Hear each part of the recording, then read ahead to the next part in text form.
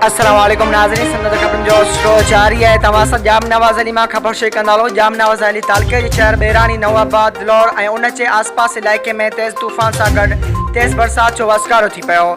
बरसात सबबि शहर में कोडे जॾो पानी बीहजी वियो, जंहिंखे निकाल करण लाइ इंतज़ामिया खे बि उपाउ न वरिता आहिनि। बरसात जो पानी घरनि गेटनि में बीठल रहियो। शहर जा ड्रेनेज सिस्टम नाकारा बणियल ऐं मेन बाज़ारों भी बरसाती पानी दुकान में काहे पियो। जॾहिं त नवाबाद जे यूसी चेयरमैन खां मौक़ो वठण लाइ संदसि ऑफिस में सिंध अजरक न्यूज़ ऐं निदा सिंध न्यूज़ ऐं टाइम फास्ट टीम पहुतो त ऑफिस मां चेयरमैन पंहिंजे अमल समेत एमरजेंसी में भी गायब रहियो। ऑफिस में रोलू कुता ऐं गॾाए वेठल मिलिया।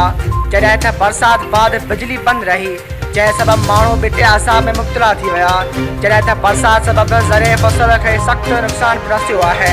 अॻु में इहा बाग़ात कर्ज़ में ॿुॾल वरी तूफ़ानी बरसात पानी आबादगन खे में हथ ॾियण सवाइ बेवस बेयारो मदद लाइ परेशान।